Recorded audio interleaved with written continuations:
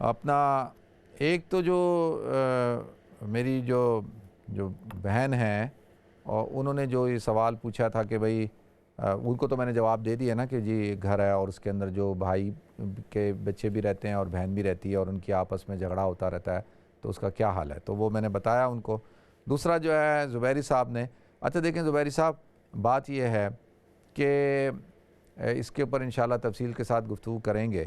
باقی جو اصل میں حکمرانی جو ہوتی ہے اس کی یہ جو شرائط ہیں یا اس کی جو ڈیوٹیز ہیں، اس کی جو رسپانسبلٹیز ہیں، وہ اتنی ہیں کہ ایک عورت کے لیے مشکل ہو جاتا ہے، خاص طور پہ جب ایک عورت ماں ہو اور اس کے ساتھ جو ہے وہ پھر ایام کا ایشو ہے، پھر اس کے ساتھ ڈیلیوری کا ایشو ہے، پھر بچوں کی تربیت کا ایشو ہے، یہ ساری چیزیں ہیں نا اس کے ساتھ، تو اس کی ذمہ داریاں ٹوٹلی ڈیفرنٹ ہیں، تو لہذا اس وجہ سے، اور پھر وہ بہت ایزیلی موومنٹ نہیں کر سکتی۔ ابھی پچھلے دنوں ایک ہمارے ملک کی ایک خاتون ہے، وہ ایک جب مجمع میں گئیں تو وہ ایک صاحب نے بدتمیزی کی اور پھر وہ لوگوں نے اس کو مارا، تو یہ اس طریقے سے دیکھیں کافی ایشوز کھڑے ہو سکتے ہیں، تو لہذا اس لیے اسلام کے اندر جو ہے وہ اس کی ممانعت ہے۔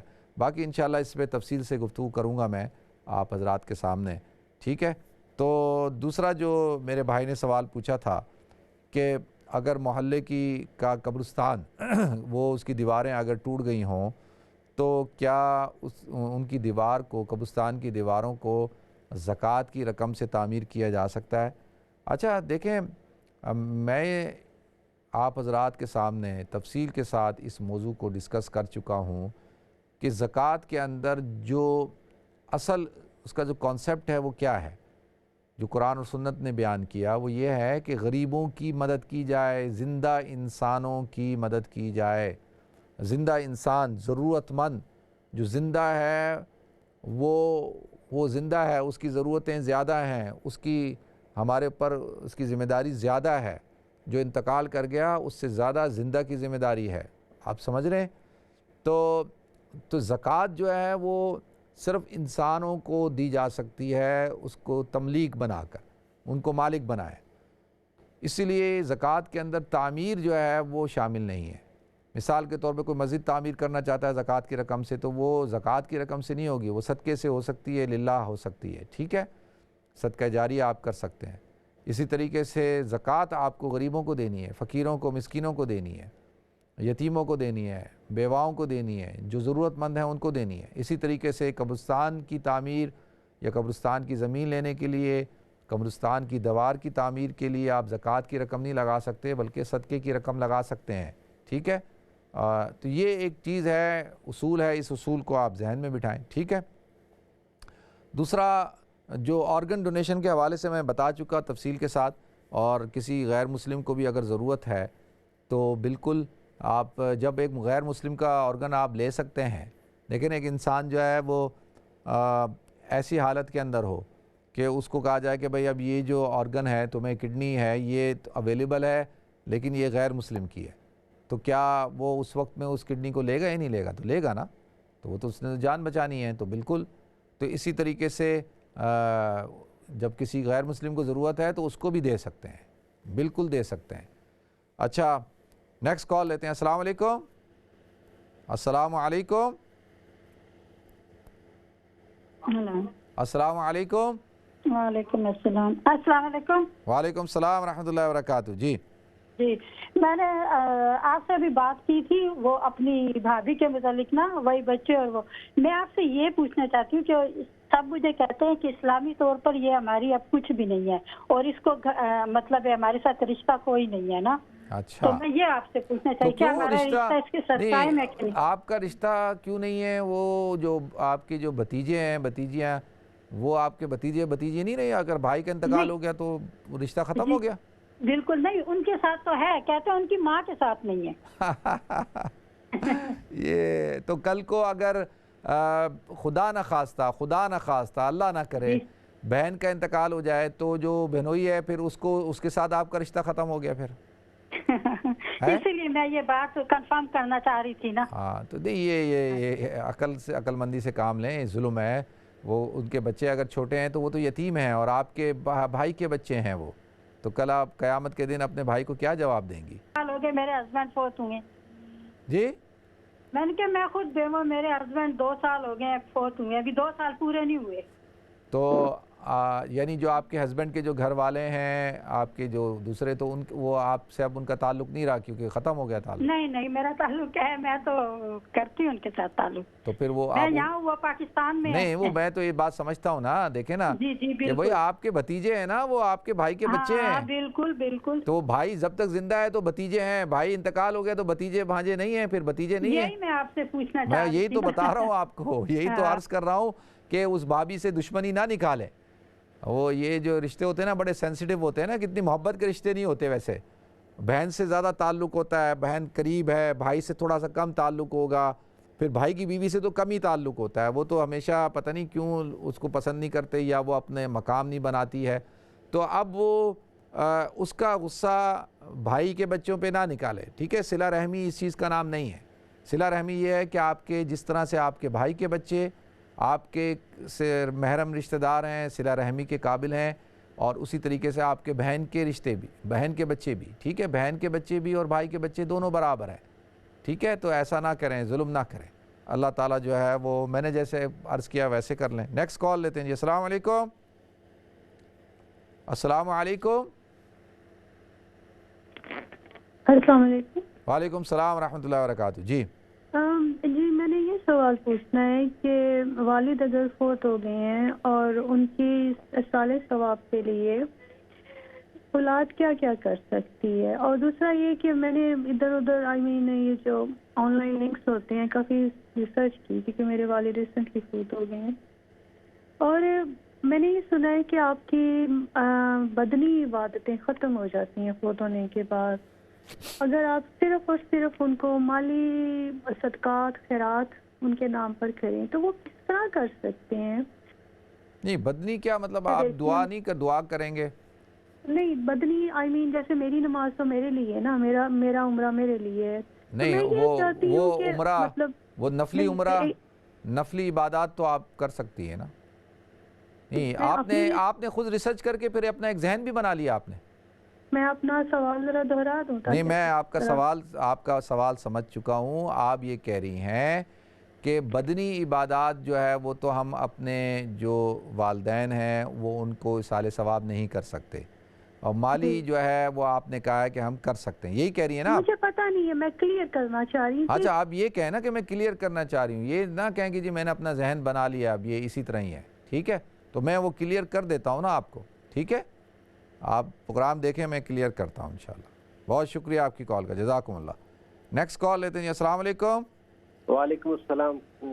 قاری صاحب کیا حال ہے؟ الحمدللہ میں ٹھیک ہوں، اللہ کرم شکر اللہ کا. جی کویسچن یہ تھا کہ صدقہ اور للہ میں فرق بیان کرتے ہیں. نہیں کوئی فرق نہیں ہے. للہ صدقہ دونوں ایک ہی چیزیں ہیں. صرف زکوٰۃ اور صدقے میں قرآن میں تو اللہ تعالیٰ نے زکوٰۃ کو بھی انما الصدقات للفقراء کے یعنی زکوٰۃ کو بھی صدقے کے لفظ سے استعمال کیا ہے. تو ٹھیک ہے میں اس کی تھوڑا سا آپ کو تفصیل سے بتاتا ہوں.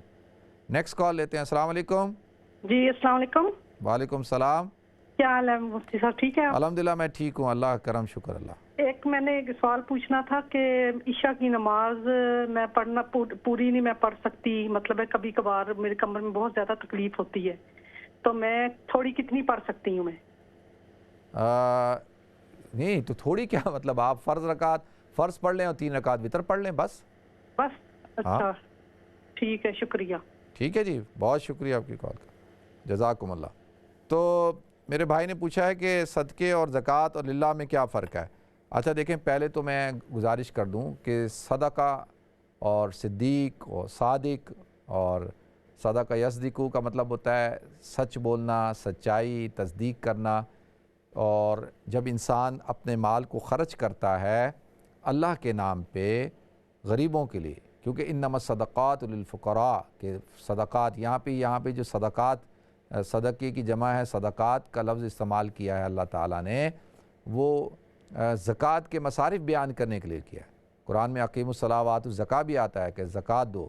قرآن میں نفاق بھی آتا ہے، نفاق کہہ رہا ہوں، انفاق الذین ينفقون اموالهم ومما رزقناهم ينفقون الذین ينفقون اموالهم باللیل والنہار کہ کہ اللہ نے لفظ استعمال کیا ہے کہ جو انفاق کرتے ہیں، جو خرچ کرتے ہیں، تو یہ لفظ بھی استعمال کیا ہے، زکوٰۃ کا لفظ بھی استعمال کیا ہے، اور وآتوا المال مال کو ادا کرنے کا آتو کا لفظ بھی استعمال کیا کہ مال دو. تو یہ ساری چیزیں اللہ نے بیان کی ہیں. تو ٹھیک ہے، اب یہ صدقہ ایک جامع لفظ ہے، اور اس کے اندر زکوٰۃ بھی آتی ہے اور صدقات نافلہ بھی آتے ہیں، انفاق بھی آتا ہے، مال خرچ کرنا بھی آتا ہے، سب کچھ آتا ہے. ٹھیک ہے، کیونکہ مال خرچ کر کے انسان اس بات کی تصدیق کر رہا ہوتا ہے، اور تصدق کرنے کی وجہ سے اس کو جب وہ کر لیتا ہے تو اس کو صدقہ کہا جاتا ہے. اور اس کے جو وعدے وعید ہیں، اللہ تعالیٰ نے جو وعدے کیے ہیں اللہ کی راہ میں مال خرچ کرنے کے، وہ سارے اس کو اللہ تعالیٰ وہ عطا فرماتا ہے. تو اس کو اس بات کا یقین ہوتا ہے، اور وہ تصدیق کرتا ہے کہ اللہ آپ نے ہمیں حکم دیا، ہم تصدیق کرتے ہیں. ہم اس کو جیسے حضرت ابوبکر کو صدیق کہا جاتا ہے نا، صدیق اس لیے کہ انہوں نے تصدیق کی تھی کہ ابو جہل کے کہنے پہ کہ حضور اکرم صلی اللہ علیہ وسلم معراج پہ گئے ہیں، اگرچہ ہم نے نہیں دیکھا. ٹھیک ہے جی. تو اب جو للہ ہے، للہ کہتے ہیں اللہ کے لیے. تو اللہ کے لیے ہر چیز ہی اللہ کے لیے، مال بھی انسان اللہ کے لیے خرچ کرتا ہے، اور عبادت بھی انسان اللہ کے لیے کرتا ہے. تو ساری عبادات اللہ کے لیے کرتا ہے، عبادات مالیہ ہو بدنیہ، وہ ساری عبادات اللہ کے لیے ہوتی ہیں. تو اس کو آپ فرق اس طرح سے کرتے ہیں کہ زکوٰۃ جب بولا جائے گا تو اس سے مراد جو ہے وہ فرض جو رکن ہے، وہ اس کا مطلب یہ ہے کہ زکوٰۃ ادا کی جا رہی ہے. صدقات جو ہے، صدقات واجبہ جو ہیں، جیسے مثال کے طور پہ آپ اپنے اوپر کسی چیز کو واجب کر لیتے ہیں، یا آپ زکوٰۃ الفطر واجب ہے دینا، تو اسی طریقے سے جو ہے وہ اس کو اس کانسیپٹ میں لیا جاتا ہے. اور صدقات نافلہ جو ہے، نفلی صدقات یعنی عام صدقہ جیسے للہ یا دینا، اللہ کے لیے دینا. ٹھیک ہے جی. اور جو للہ ہے وہ بھی تمام ہر کام اللہ کے لیے ہوتا ہے، تو اس کو بولتے ہیں بھئی یہ ہر چیز اللہ کے لیے، جو میں نے للہ کیا ہے. اب جب ایک انسان کہتا ہے نا للہ کیا ہے، تو اب للہ میں جو ہے وہ اس کا مراد یہ ہوتا ہے کہ بھئی اللہ کے لیے میں خرچ کر رہا ہوں. ایک آدمی صدقات کا باکس ہوتا ہے، اس میں صدقات ڈالا تو وہ گویا کہ جنرل صدقہ ہوتا ہے. اور ایک زکوٰۃ کا ایک ہوتا ہے کہ جی میں زکوٰۃ ڈال رہا ہوں، تو زکوٰۃ دے رہا ہوں. تو اس لیے کہتے ہیں کہ بھئی تھوڑا سا کلیئر کر دیا جائے اس بات کو. باقی دوسرا جو ہے وہ میری بہن نے سوال پوچھا ہے کہ ان کے والد ریسنٹلی فوت ہو گئے، انا للہ و انا الیہ راجعون. اللہ تعالیٰ آپ کے والد محترم کی مغفرت فرمائے، اللہ تعالیٰ ان کے درجات بلند فرمائے، اللہ تعالیٰ ان کی قبر کو نور سے بھرے. آپ نے کہا کہ جی آپ ریسرچ کر رہی ہیں کہ ایک اولاد اپنے والدین کے لیے کیا کر سکتی ہے. اولاد بھی، دوست احباب بھی، رشتہ دار بھی، بھتیجے بھانجے بھی، نواسے نواسیاں، پوتے پوتیاں بھی. میں ایک وقت میں باپ بھی ہوں، ایک وقت میں بیٹا بھی ہوں، ایک وقت میں چاچا بھی ہوں، ماموں بھی ہوں، خالو بھی ہوں، پھوپھا بھی ہوں. جب ایک شخص کا انتقال ہوتا ہے تو وہ صرف والد ہونے کی حیثیت سے اس کا انتقال نہیں ہوتا. اگر وہ بڑی عمر میں انتقال کر رہا ہے تو وہ کسی کا چچا ہے، کسی کا پھوپھا ہے، کسی کا ماموں ہے، کسی کا خالو ہے، کسی کا دادا ہے، کسی کا نانا ہے، کسی کا شوہر ہے، کسی کا دوست ہے. تو سارے جتنے بھی ہے، ربنا اغفر لنا ولاخواننا الذین سبقونا بالایمان، سب کے لیے تمام مسلمان ایک دوسرے کے لیے دعا کرتے ہیں. کسی کا انتقال ہو جائے، مجھے اسلام کہتا ہے آپ اس کے لیے دعا کرو، صدقات نافلہ کرو، اور سب کر سکتے ہیں. ٹھیک ہے. اولاد کا حق زیادہ ہے کیونکہ وہ تو بینیفیشری ہے نا، ساری وراثت تو اولاد کو ملتی ہے، تو لہذا اس کی ذمہ داری بھی زیادہ ہے کہ ماں باپ نے ان کے لیے قربانی بھی بہت دی ہوتی ہے، ان کے حقوق زیادہ ہیں، تو ان کا حق تو بنتا ہے، لیکن سب کا حق بھی بنتا ہے. ٹھیک ہے. تو اس میں عبادت مالیہ بھی ہیں، عبادت بدنیہ بھی ہیں. عبادت بدنیہ میں سے صرف آپ فرض عبادت کو آپ نکال دیں گے، اور نفلی عبادات جتنی بھی ہیں وہ ساری بدنی عبادات بھی. ایک آدمی غریب آدمی ہے، اس کے پاس کچھ مال نہیں ہے، اس کے والد کا یا اس کے کسی عزیز و اقارب کا انتقال ہو گیا، تو وہ کیا کرے؟ تو وہ قرآن پڑھ کے اس کو اصال ثواب کرتا ہے، 2 رکعت نفل پڑھتا ہے، دعا کرتا ہے، اور وہ ویسے دعا کرتا ہے. تو اس بات کو سمجھنے کی ضرورت ہے. ٹھیک ہے جی. اللہ تعالیٰ ہم سب کو عمل کرنے کی توفیق عطا فرمائے. ناظرین، پروگرام کا وقت بالکل اپنے اختتام کو پہنچ چکا. انشاءاللہ آپ حضرات سے کل ملاقات ہوگی. اپنا خیال رکھیے گا، اپنی دعا مجھے یاد رکھیے گا. السلام علیکم ورحمۃ اللہ وبرکاتہ.